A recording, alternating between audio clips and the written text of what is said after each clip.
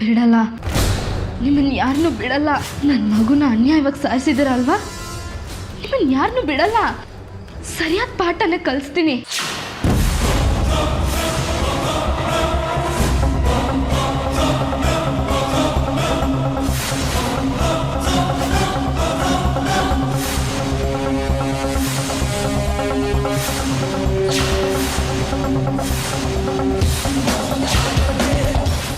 ಯಾರನ್ನು ಬೇಕಾದರೂ ಕೊಂದು ಮುದ್ದು ಮಾವನ ಆಸ್ತಿಗೆ ಪಟ್ಟದರ್ಸಿ ಆಗ್ಬೇಕು ಅಂತ ಅಂದ್ಕೊಂಡಿದ್ಯಾ ಅಲ್ವಾ? ನಿನ್ ಕನಸನ್ನ ನುಚ್ಚು ನೂರು ಮಾಡ್ತೀನಿ. ಬರ್ತಿದ್ದೀನಿ ಕಣೆ, ನಿನಗೆ ಸರಿಯಾದ ಪಾಠ ಕಲ್ಸಕ್ ಬರ್ತಿದ್ದೀನಿ. ಬಂದು ನಿನಗೆ ಸ್ವರ್ಗನೋ ನರ್ಕನೋ ಅಂತ ತೋರಿಸ್ತೀನಿ ಕಣೆ. ಅನ್ಯಾಯವಾಗಿ ನನ್ನ ಮಗುನ ಸಾಯಿಸ್ಬಿಟ್ಟೆ ಅಲ್ಲ, ನಿನ್ನನ್ನು ಬಿಡಲ್ಲ.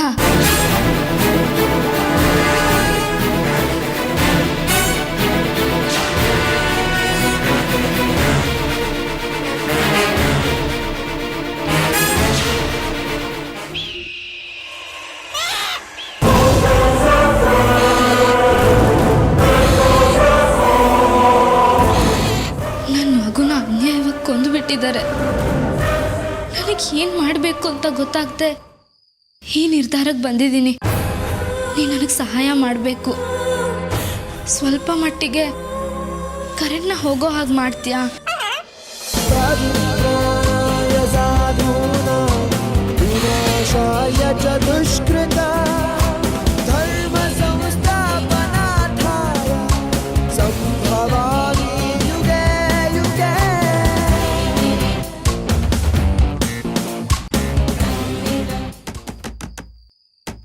ಸುಷ್ಮಿತಾ, ಯಾರೋ ಬಾಗಿಲು ತಡ್ತಿದ್ದಾರೆ, ಹೋಗಿ ನೋಡು. ಏನಿದು ಲೈಟ್ ಆನ್ ಆ್ಯಂಡ್ ಆಫ್ ಆಗ್ತಿದೆಯಲ್ಲ? ಯಾರೋ ಡೋರ್ ಬೇರೆ ತಡ್ತಿದ್ದಾರೆ. ಮಾಯಾ ಎದ್ದೇಳೆ, ಯಾರೋ ಡೋರ್ ತಡ್ತಿದ್ದಾರೆ, ಎದ್ದೇಳೆ ಮಾಯಾ. ಡೋರ್ ತಡ್ತಿದ್ದಾರೆ ಅಂತ ನನಗೂ ಗೊತ್ತು, ಹೋಗಿ ನೋಡು ಯಾರಂತ. ಮಾಯಾ, ಇವತ್ತು ದೆವ್ವದ ಫಿಲಮ್ ನೋಡಿದ್ದೀನಿ ಕಣೆ, ಒಬ್ಳೆ ಹೋಗಕ್ ತುಂಬಾ ಭಯ. ಎದ್ದೇಳೆ ಮಾಯಾ, ಅರ್ಥ ಮಾಡ್ಕೊಳ್ಳೆ. ಸುಷ್ಮಿತಾ, ನಿನ್ ಮುಖ ನೋಡಿದ್ರೆ ದೆವ್ವನೇ ಹೆದರ್ಕೊಂಡು ನೋಡೋಗುತ್ತೆ, ಹೋಗಿ ನೋಡು. ಫಿಲಮಲ್ಲೂ ಹೀಗೆ ಕಣೆ, ಮೊದಲು ಅವಳ ಫ್ರೆಂಡ್ ಬರಲ್ಲ ಅಂತಾಳೆ, ಆಮೇಲೆ ನಂತರನೇ ಇರೋಳು ಒಬ್ಳು ಹೋಗಿ ಡೋರ್ ತೆಗಿತಾಳೆ. ಅಲ್ಲೇನಿರುತ್ತೆ ಗೊತ್ತಾ? ಎಲ್ಲೇ ಸುಮ್ಮನೆ ನಿಂಗೆ ಎದುರ್ಸಕ್ಕೆ ಹೇಳ್ದೆ ಕಣೆ. ತಲೆ ಹೋಗು, ನೋಡಿ ಯಾರು ಬಂದ್ರು ಅಂತ. ಯಾರು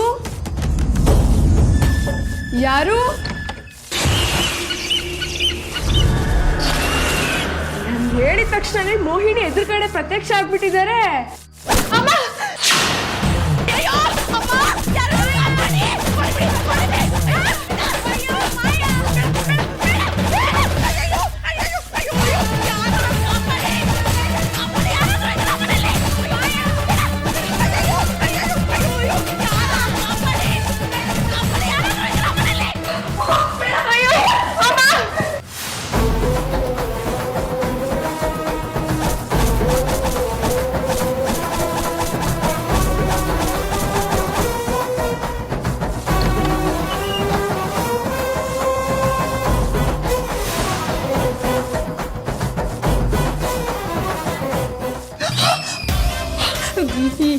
ಯಾರು ನೀನು?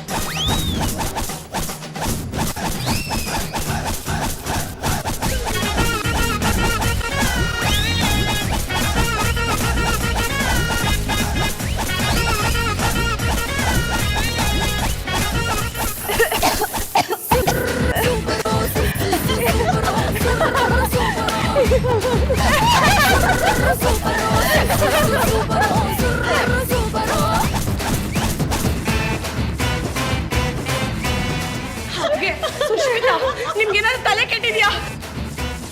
ಯಾರೋ ನಮಗೆ ಬರಂಗ್ ಹೊಡೆದು ಹೋಗಿದ್ದಾರೆ. ನೀವ್ ನೋಡಿದ್ರೆ ನಗ್ತಿದ್ದೀರಲ್ಲ. ಇದೆ ಮಾಯಾ. ಅದಕ್ಕೆ ನೀವ್ ಹೋಗಿ ಮಲ್ಕೊಳ್ಳಿ. ಏ ಸುಷ್ಮಿತಾ ಬರೇ.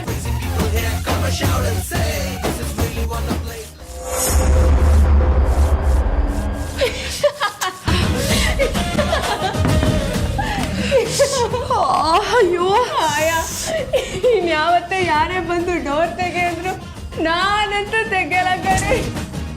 ಯಪ್ಪ, ನೋವಂತ ಒದ್ದಾಡ್ತಿದ್ದೀನಿ, ನೀನ್ ನಗ್ತಿದ್ಯಾ?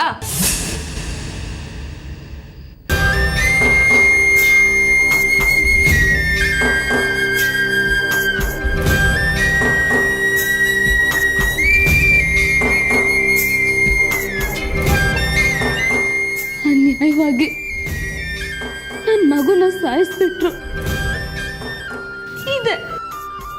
ಇದೇ ಮೆಟ್ಲಿಂದ ನನ್ನ ತಳ್ಳಿ ನನ್ನ ಮಗುನ ಸಾಯಿಸ್ಬಿಟ್ರು. ಅದು ಅಲ್ಲದೆ ನನ್ನ ಬೆಳ್ಳಿನೇ ನನ್ನ ತಳ್ಳಿ ಸಾಯಿಸ್ಬಿಟ್ರು ಅಂತ ಆರೋಪ ಮಾಡಿದ್ರು. ನಾನು ಅವ್ರಿಗೆ ಏನ್ ಅನ್ಯಾಯ ಮಾಡಿದ್ದೆ?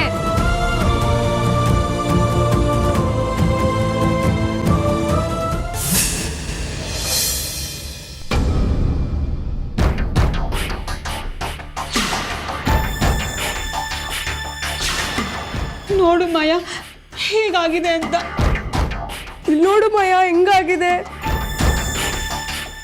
ಮಾಯಾ ನಿಜವಾಗ್ಲೂ ಅದ್ರ ದೆವ್ವನೇ ಇರ್ಬೋದು.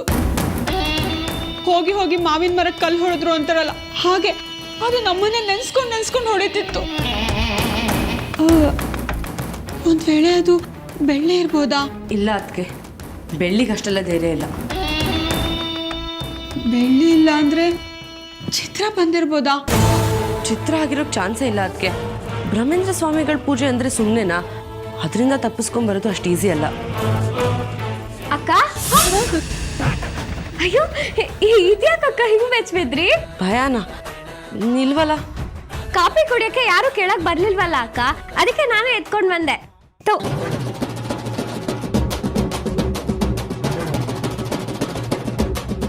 ಅಯ್ಯೋ ಇದೇನಕ್ಕ ಇದು? ಮೈ ಮೇಲೆಲ್ಲ ಬರೆ ಬಿದ್ದಿದೆ. ಇದನ್ನೆಲ್ಲ ಹೇಳಲೇ ಇಲ್ಲ. ಎಲ್ರಿಗೂ ಒಟ್ಟಿಗೆ ಸಿಕ್ತು, ಅದಕ್ಕೆ ಹೀಗಾಗಿದೆ. ಏನ್ ಒಟ್ಟಿಗೆ ಸಿಕ್ತಕ್ಕ? ಏನಿಲ್ಲ ಬೆಳ್ಳಿ, ಪ್ರಸಾದ, ದೇವ್ರ ಪ್ರಸಾದ. ಹೇಳಿದ್ರೆ ಇಲ್ಲೇ ಮನೇಲೇ ಇತ್ತಲ್ಲ ಅಕ್ಕ, ನಾನೇ ತಂದ್ಕೊಡ್ತಿದ್ದೆ. ಕೊಡ್ತೀಯ ನೈಟ್ ಆದ್ರೆ ಆ ದೆವ್ವ ಹೊಡಿಯುತ್ತೆ, ಬೆಳಗಾದ್ರೆ ನೀನ್ ಹೊಡಿತೀಯಾ? ಒಟ್ನಲ್ಲಿ ಎಲ್ಲರೂ ಸೇರ್ಕೊಂಡು ನಮ್ಮನ್ನ ತಪ್ಪಲ ಮಾಡ್ಕೊಂಡಿದ್ದಾರೆ. ಹಾ, ಏನ್ ಹೇಳಿದ್ರಿ? ಏನಿಲ್ಲ ಬೆಳ್ಳಿ, ನೀನು ಕಾಫಿ ಇಟ್ಟು ಹೋಗು ಅಂತ ಹೇಳ್ತಿದ್ದಾರಷ್ಟೇ. ಅಯ್ಯೋ ಇದೇನಕ್ಕ ಇದು? ಬರೆ ಎಲ್ಲ ಬಿಟ್ಟಿದೆ. ಇದನ್ನೆಲ್ಲ ಹೇಳಲೇ ಇಲ್ಲ ನೀವು. ಬೆಳ್ಳಿ, ನೀನ್ ಈ ಮನೇಲಿ ಇರೋ ಬದಲು ಒಂದು CID ಆಫೀಸರ್ ಆಗ್ಬೇಕಿತ್ತು. ಎಲ್ಲ ವಿಚಾರ ನಿನಗೆ ಮೊದಲು ಗೊತ್ತಾಗೋಗುತ್ತೆ. ಅಕ್ಕ, ಊರಲ್ಲಿ ಎಲ್ರು ಅದೇ ಹೇಳ್ತಾ ಇದ್ರು, ಪೊಲೀಸು ಲಾಯರ್ ಆಗ್ತೀಯಾ, ಸಖತ್ತಾಗಿ ಓದ್ತೀಯಾ ಅಂತಿದ್ರು. ಪೊಲೀಸ್ ಆದ್ರೆ ಯಾರಿಗಾದ್ರೂ ಹೊಡ್ಬಿಡ್ತೀನಿ ಅಂತ ನಾನೇ 2 ಕೋಳಿ ಸಾಕೊಂಡೆ. ಅಕಸ್ಮಾತ್ ಇವಳು ಏನಾದ್ರು ಪೊಲೀಸು ಲಾಯರ್ ಆಗಿದ್ರೆ ಸೀದಾ ನಮ್ಮನ್ನ ನೇಣಿಗೆ ಹಾಕ್ಬಿಟ್ಟಿರೋಳು. ಹಾ, ಏನಿಲ್ಲ ಬೆಳ್ಳಿ, ಸ್ನಾನ ಮಾಡ್ಬೇಕಾದ್ರೆ 3 ಜನ ಕಾಲ್ಜಾರ್ ಬಿದ್ವಿ ಅಂತ ಹೇಳಿದ್ರು. 3 ಜನ ಒಟ್ಟಿಗೆ ಕಾಲ್ಜಾರ್ ಬಿದ್ರಾ? ಹೌದು. ಅಲ್ಲ ಅಕ್ಕ, ಬಿದ್ರೆ ತಲೆಗೋ ಕಾಲ್ಗೋ ಏಟಾಗತ್ತೆ. ಇದೇನಿದು ಮೈ ಮೇಲೆಲ್ಲ ಬರೆ ಬರ್ಸ್ಕೊಂಡಿದ್ದೀರಾ? ನೆಕ್ಸ್ಟ್ ಟೈಮ್ ಬೀಳುವಾಗ ತಲೆಗೆ ಏಟ್ ಆಗೋ ಹಾಗೆ ಬೀಳ್ತೀವಿ, ಸರಿನಾ? ಪೊಲೀಸ್ ಆಗು ಅಂತ ಹೇಳಿದೆ ತಪ್ಪಾಯ್ತು. ಒಳ್ಳೆ ಮರ್ಡರ್ ಮಾಡಿರೋ ತರ ಇನ್ವೆಸ್ಟಿಗೇಷನ್ ಮಾಡ್ತಿದ್ದಾಳೆ. ಬೆಳ್ಳಿ, ನೀನ್ ಸುಮ್ಮನೆ ಕಾಫಿ ಇಟ್ಬಿಟ್ಟು ದಯವಿಟ್ಟು ಹೋಗು. ಆದ್ರೂ ನಿನ್ ಕಾಲಿಗೆ ಬೀಳ್ತೀನಿ, ದಯವಿಟ್ಟು ಕಾಫಿನ ಇಟ್ಬಿಟ್ಟು ಹೋಗು. ಮಾಯಾ, ನಿನ್ ಕಾಲಿಗೆ ಬೀಳ್ತಿ ಅಂತ ಅವಳು ಇಲ್ಲೇ ನಿಂತ್ಕೊಂಡಿದ್ದಾಳೆ. ಒಂದ್ಸಲ ಕಾಲಿಗೆ ಬಿದ್ಬಿಡು, ಇಲ್ಲಾಂದ್ರೆ ಇವಳು ಇಲ್ಲಿಂದ ಹೋಗಲ್ಲ. ಅಯ್ಯೋ ಬೇಡ ಬಿಡಿ ಅಕ್ಕ, ಕಾಫಿ ಕುಡೀರಿ. ಶರ್ಮಿಳಕ್ಕ, ನೀವು ಕಾಫಿ ಕುಡೀರಿ.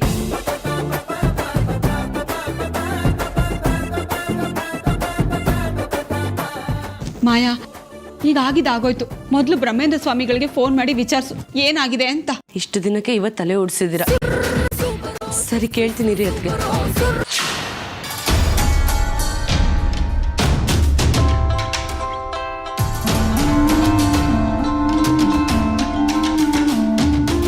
ಹಲೋ ಸ್ವಾಮಿ, ನಾನು ಮಾಯಾ ಮಾತಾಡ್ತಿರೋದು. ಹೇಳಮ್ಮ. ಸ್ವಲ್ಪ ದಿನದಿಂದ ನಮ್ಮ ಮನೆಯಲ್ಲಿ ನಂಬಕ್ಕಾಗ್ತಿರೋಂಥ ಘಟನೆಗಳು ನಡೀತಿದೆ. ಅದೇನಾಯ್ತು ಅಂದ್ರೆ,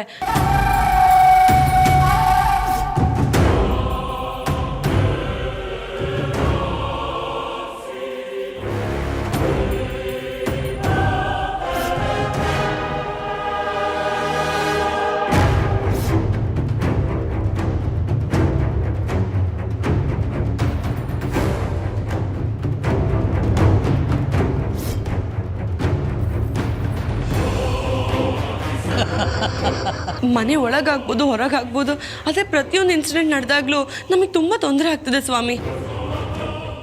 ನಾನು ಯಾಕೆ ಕಾಲ್ ಮಾಡಿದೆ ಅಂದರೆ, ಚಿತ್ರಾನೇ ಗಿಣಿಯಾಗಿ ಬಂದಿದ್ದಾಳೆ ಅಂತ ನನಗೆ ಅನುಮಾನ ಶುರುವಾಗಿದೆ. ಅದು ನಿಜಾನ ಸುಳ್ಳ ಅಂತ ನನಗೆ ಗೊತ್ತಾಗಬೇಕಿತ್ತು ಸ್ವಾಮಿ. ನಾನು ಮಾಡಿರೋದು ಸಾಮಾನ್ಯ ಪೂಜೆ ಅಲ್ಲಮ್ಮ.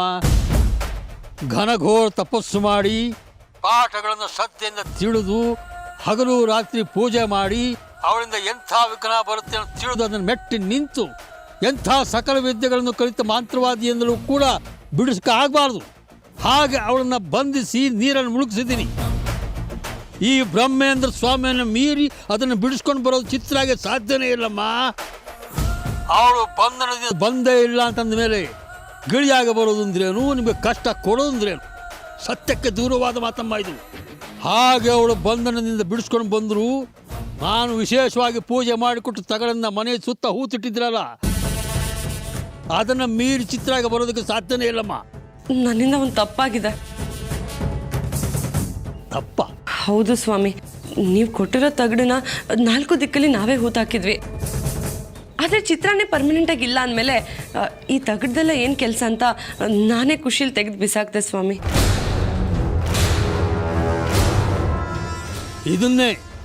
ಇದನ್ನೇ ವಿನಾಶಕಾಲ ವಿಪರೀತ ಬುದ್ಧಿ ಅನ್ನೋದು. ತಮ್ಮನ್ನು ಯಾರು ಜಯಿಸಕ್ಕಾಗಲ್ಲ ಅಂತ ಅನ್ನೋ ತಲೆಗೆ ಹೋದ ಮೇಲೆ ತಾವು ಜಗತ್ತನ್ನೇ ಗೆದ್ದಿದ್ದೀವಿ ಅಂತ ಅನ್ಕೋಬಾರ್ದು. ನಮಗಿಂತ ಬಲಶಾಲಿಗಳು ಇರ್ತಾರೆ ಈ ಜಗತ್ತಿನಲ್ಲಿ. ಏನೂ ಆಗಲ್ಲ ಅಂತ ಅವಸರಪಟ್ಟು ಅದನ್ನು ಕಿತ್ತು ಬಿಸಾಕಿ ಈಗ ಕಷ್ಟ ಸ್ವಾಮಿ ಅಂದರೆ ಹೇಗೆ? ನೀವು ಮಾಡೋದನ್ನ ನೀವು ಅನುಭವಿಸಲೇಬೇಕು. ಒಂದು ವೇಳೆ ನಾನೇ ಆ ತಗಡನ್ನ ಮತ್ತೆ 4 ದಿಕ್ಕಲ್ಲೂ ಹೂತಿಟ್ರೆ ಅವಾಗೆಲ್ಲ ಸರಿ ಹೋಗುತ್ತಾ ಸ್ವಾಮಿ? ಅಕ್ಕಿಯನ್ನು ಬೇಯಿಸಿ ಅನ್ನ ಮಾಡಬಹುದು, ಅನ್ನ ಬೇಯಿಸಿ ಅಕ್ಕಿ ಮಾಡೋಕ್ಕಾಗತ್ತಾ? ನಿಮ್ಮ ಈ ಬುದ್ಧಿಯಿಂದಲೇ ಹೀಗಾಗಿರೋದು. ಒಂದು ಸಲ ಹೂತಿಟ್ಟು ತಗಳನ್ನ ಮತ್ತೆ ಯಾವಾಗ ನೀವು ಕಿತ್ತು ತೆಗೆದ್ರು ಅದರಲ್ಲಿರೋ ಅಷ್ಟು ಶಕ್ತಿನೂ ಹೋಗಿರುತ್ತೆ. ಈಗ ಅದನ್ನು ನೀವು ಮತ್ತೆ ಹೂತಿಟ್ರೆ ಏನು ಪ್ರಯೋಜನ ಆಗಲ್ಲ. ನನ್ನಿಂದ ನಿಜವಾಗ್ಲೂ ತಪ್ಪಾಗಿದೆ ಸ್ವಾಮಿ, ದಯವಿಟ್ಟು ಕ್ಷಮಿಸಿ. ಆದರೆ ಆ ಗಿಣಿ ಯಾವುದು ಏನು ಚಿತ್ರಾನೇನ ಅಂತ ನಂಗೆ ತುಂಬ ಭಯ ಆಗ್ತದೆ. ಆ ಗಿಳಿ ಯಾರೋ ಸಾಕಿ ಬಿಟ್ಟಿರಬೇಕು. ಅದು ಅಲ್ಲದೆ ಚಿತ್ರ ಬಂಧನದಿಂದ ಬಿಡಿಸ್ಕೊಂಡು ಬರಬೇಕು ಅಂತಂದ್ರೆ ಅದು ದೈವಿ ಶಕ್ತಿಯ ಪ್ರಭಾವದಿಂದ ಮಾತ್ರ ಸಾಧ್ಯ. ಬೇರೆ ಯಾರೇ ಬಂದರೂ ಏನು ಮಾಡೋಕ್ಕಾಗಲ್ಲ. ಒಂದು ವೇಳೆ ದೇವರ ಕೃಪೆ ಅವಳ ಮೇಲೆ ಬಿದ್ದು ಆಕೆ ಬಂಧನದಿಂದ ಬಿಡಿಸ್ಕೊಂಡು ಬಂದರೆ ಅವಳ ಆತ್ಮ ಇನ್ನೂ ಘನಘೋರ ರೂಪ ತಾಳಿ ನನ್ನ ಮಗನ ಸಾಯಿಸಲ್ಲ, ಹಾಗೆ ನಿಮ್ಮಲ್ಲಿ ಒಬ್ಬರನ್ನ ಬಲಿ ತಗೊಳುತ್ತೆ. ಹುಷಾರ್. ಸರಿ, ನಾನು ಕೆಲವು ಪೂಜೆ ನಡೆಸಿ ಅಲ್ಲಿ ಏನು ನಡೆಯಿತು ಅನ್ನೋದನ್ನು ತಿಳ್ಕೊತೀನಿ. ಅಲ್ಲಿಯವರೆಗೆ ನೀವು ಆರಾಮಾಗಿರಿ.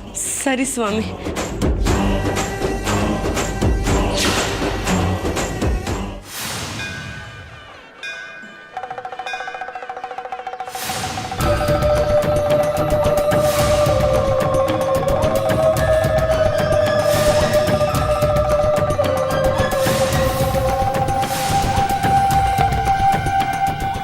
ಮಗಳೇ, ಯಾವುದೋ ಒಂದು ವಿಷಯ ನಿನ್ನ ಮನಸ್ಸನ್ನ ಕೆಡಿಸ್ತಾ ಇದೆ. ಅದೇನು ಅಂತ ನೀನೇ ಬಾಯ್ಬಿಟ್ಟು ಹೇಳ್ಕೊಳ್ಳಮ್ಮ. ಸ್ವಾಮಿ, ನನ್ನ ಮಗು ಹೊಟ್ಟೆಲೇ ಇರಬೇಕಾದ್ರೆ ಅದನ್ನ ಸಾಯಿಸಿ ಸಂತೋಷ ಪಡೋರ್ನ ಸರಿಯಾಗಿ ದಂಡಿಸಿದ್ದೀನಿ. ಆದ್ರೆ ನನ್ನ ಕೋಪ ಇನ್ನೂ ತೀರಿಲ್ಲ. ನಾನು ಯಾವುದಕ್ಕೂ ಸರಿಯಾಗಿ ಉತ್ತರನೇ ಸಿಗ್ತಿಲ್ಲ ಸ್ವಾಮಿ. ನಾನು ಮಾಡ್ತಿರೋ ತಪ್ಪು ಸರಿನೋ ಅಂತ ನನಗೆ ಗೊತ್ತಾಗ್ತಿಲ್ಲ.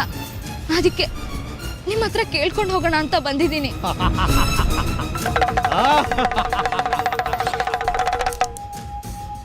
ಇದರಲ್ಲಿ ನಿನ್ನ ತಪ್ಪೇನೂ ಇಲ್ಲ ಮಗಳೇ. ಆ ದೇವರು ಭಕ್ತರು ಅಳೋದನ್ನು ಮಾತ್ರ ನೆನಪಿನಲ್ಲಿ ಇಟ್ಕೊಳ್ಳದೆ ಇರಬಹುದು. ಆದ್ರೆ ಭಕ್ತರಿಗೆ ಯಾರಾದರೂ ಕಷ್ಟ ಕೊಟ್ರೆ ಅವರನ್ನು ಯಾವತ್ತೂ ಸುಮ್ಮನೆ ಬಿಡೋದಿಲ್ಲ ಮಗಳೇ. ದೇವರು ಅವರಿಗೆ ಶಿಕ್ಷೆ ಕೊಡೋಕ್ಕಿಂತ ಮೊದಲೇ ನೀನು ಅವ್ರನ್ನ ದಂಡಿಸಿರೋದು ಸರಿಯಾಗೇ ಇದೆಯಮ್ಮ, ಸರಿಯಾಗೇ ಇದೆ. ನೀನು ನಿನ್ನ ಜೀವನದಲ್ಲಿ ಎಲ್ಲರನ್ನೂ ಸಂಭಾಳಿಸ್ಕೊಂಡು ನಿನ್ನ ಜೀವನನ ಒಳ್ಳೆ ರೀತಿ ಕಟ್ಕೊಳ್ತಾ ಇದೆಯಮ್ಮ. ನಿಮ್ಮ ಕುಟುಂಬ ಒಂದು ದೊಡ್ಡ ಆಲದ ಮರ ಇದ್ದಂಗೆ. ಆ ಮರದ ಹಳೆ ಬೇರೊಂದು ತನ್ನ ಗೂಡನ್ನು ಹುಡುಕೊಂಡು ಇಲ್ಲಿಗೆ ಬರ್ತಾ ಇದೆ ಮಗಳೇ, ಬರ್ತಾ ಇದೆ.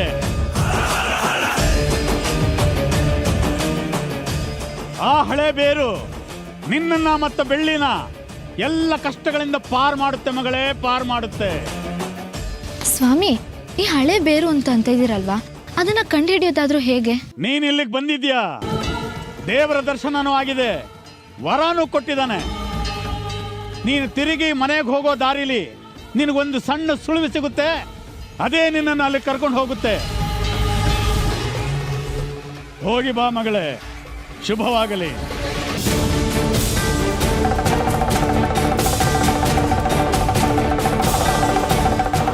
ನಮಸ್ತೆ ಸ್ವಾಮಿ.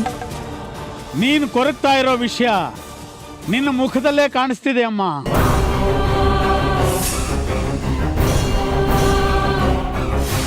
ನೀನ್ ಇಲ್ಲಿಗೆ ಬಂದಿದ್ದೆ ಏನಕ್ಕೋ, ಆದ್ರೆ ಇಲ್ಲಿ ಯಾವುದೋ ನಡೀತಾ ಇದೆ. ನಿನ್ನ ವಿರುದ್ಧ ಎಲ್ಲ ಪಿತೂರಿ ನಡೀತಿದೆಯಮ್ಮ, ಪಿತೂರಿ ನಡೀತಾ ಇದೆ. ಅದೇ ಸ್ವಾಮಿ ನನಗೆ ಭಯ ಆಗ್ತಿರೋದು. ನಾನು ಅನ್ಕೊಂಡಿರೋದು ನಡೀದೇ ಹೋದ್ರೆ ಎಷ್ಟೋ ಜೀವಗಳ ಕನಸು ನುಚ್ಚು ನೂರಾಗ್ಬಿಡುತ್ತೆ. ಭಯ ಪಡಬೇಡಮ್ಮ, ಆದ್ರೆ ಈ ಪರಿಸ್ಥಿತಿನ ಲಾಭ ಪಡೆದಿರೋರು ನಿನ್ನ ಸಾವಿಗಾಗಿ ಕಾಯ್ತಾ ಇದ್ದಾರಮ್ಮ. ನೀನ್ ಇಷ್ಟು ದಿವಸ ಕಷ್ಟಪಟ್ಟಿರೋದು ನೀರಿನಲ್ಲಿ ಹೋಮ ಆಗಲ್ಲ ತಾಯಿ. ಒಂದು ಮನೆ ಕಟ್ಟಬೇಕಾದ್ರೆ ತಳಪಾಯ ಹೇಗೆ ಗಟ್ಟಿ ಆಗಬೇಕು, ಅದೇ ರೀತಿ ಈ ವಿಷಯಕ್ಕೆ ಸ್ವಲ್ಪ ಸಮಯ ಬೇಕು ಅಮ್ಮ. ಸರಿಯಾದ ದಿನಕ್ಕೆ ಸರಿಯಾದ ವೇಳೆಗೆ ನೀನ್ ಅನ್ಕೊಂಡಿರೋದಲ್ಲ ಹಾಗೆ ಆಗುತ್ತಮ್ಮ, ಹಾಗೆ ಆಗುತ್ತೆ. ಯಾರನ್ನ ಒಂದು ಮಾಡಬೇಕು ಅಂತ ನೀನು ಇಷ್ಟೆಲ್ಲ ಕಷ್ಟ ಪಡ್ತಾ ಇದ್ಯಾ, ಅವರಿಬ್ಬರನ್ನು ಒಂದು ಮಾಡೋದಕ್ಕೆ ಸೇತುವೆ ಆಗಿರೋ ನೀನು ಬದುಕಬೇಕಮ್ಮ, ಬದುಕಬೇಕು. ಆ ಕಾಲ ಆದಷ್ಟು ಬೇಗ ಬರಲಿ ಅಂತ ತಾಯಿ ಚಾಮುಂಡಿ ಹೇಳ್ತಾ ಇದ್ದಾಳಮ್ಮ. ಆ ಕಾಲ ಬರೋವರೆಗೂ ನೀನು ನಿನ್ನ ಪ್ರಾಣನ ಕಾಪಾಡ್ಕೋಬೇಕಮ್ಮ. ಆದ್ರಿಂದ ನೀನೀಗಲೇ ನಿನ್ನ ಊರಿಗೆ ಹೊರಟು ಬಿಡು. ತನ್ನ ವಂಶದ ಕುಡಿನ ನೋಡೋದಕ್ಕೆ ತಾನೇ ತಾನಾಗಿ ಅವನೇ ನಿನ್ನನ್ನು ಹುಡುಕೊಂಡು ಬರ್ತಾನೆ. ಅಲ್ಲಿವರೆಗೂ ನೀನು ಸಮಾಧಾನವಾಗಿರ್ಬೇಕಮ್ಮ. ನೀವು ಹೇಳ್ದಾಗೆ ಮಾಡ್ತೀನಿ. ಆದಷ್ಟು ಬೇಗ ಅಪ್ಪ ಮಗಳು ಒಂದಾಗ್ಲಿ ಅಂತ ಆ ದೇವ್ರ ಹತ್ರ ಬೇಡ್ಕೋತೀನಿ.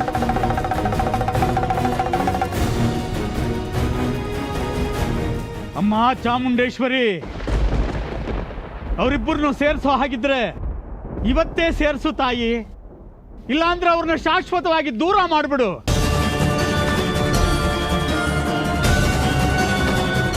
ಅವ್ರನ್ನ ಕಾಯಿಸೋದಂತೂ ಬೇಡ ತಾಯಿ. ನಿಚ್ಚೆ ಏನಿದೆಯೋ ಅದನ್ನ ಪೂರೈಸು ತಾಯಿ, ಪೂರೈಸು.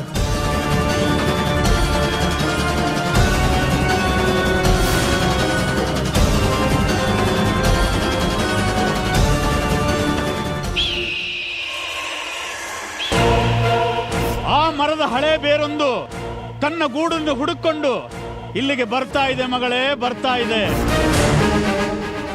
ಆ ಹಳೆ ಬೇರು ನಿನ್ನನ್ನ ಮತ್ತು ಬೆಳ್ಳಿನ ಎಲ್ಲ ಕಷ್ಟಗಳಿಂದ ಪಾರ್ ಮಾಡುತ್ತೆ ಮಗಳೇ, ಪಾರ್ ಮಾಡುತ್ತೆ.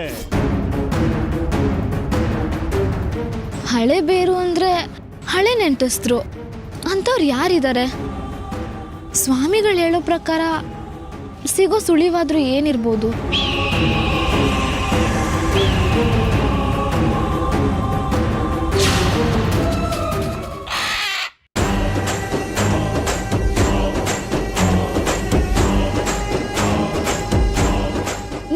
ಯಾಕೆ ಬಂದೆ? ಯಾಕೆ ಇಷ್ಟೊಂದು ಸುತ್ತೋಡಿತಿದ್ಯಾ? ಏನ್ ವಿಷಯ? ಏನು ನಾನ್ ಬರ್ಬೇಕಾ? ಎಲ್ಲಿಗೆ?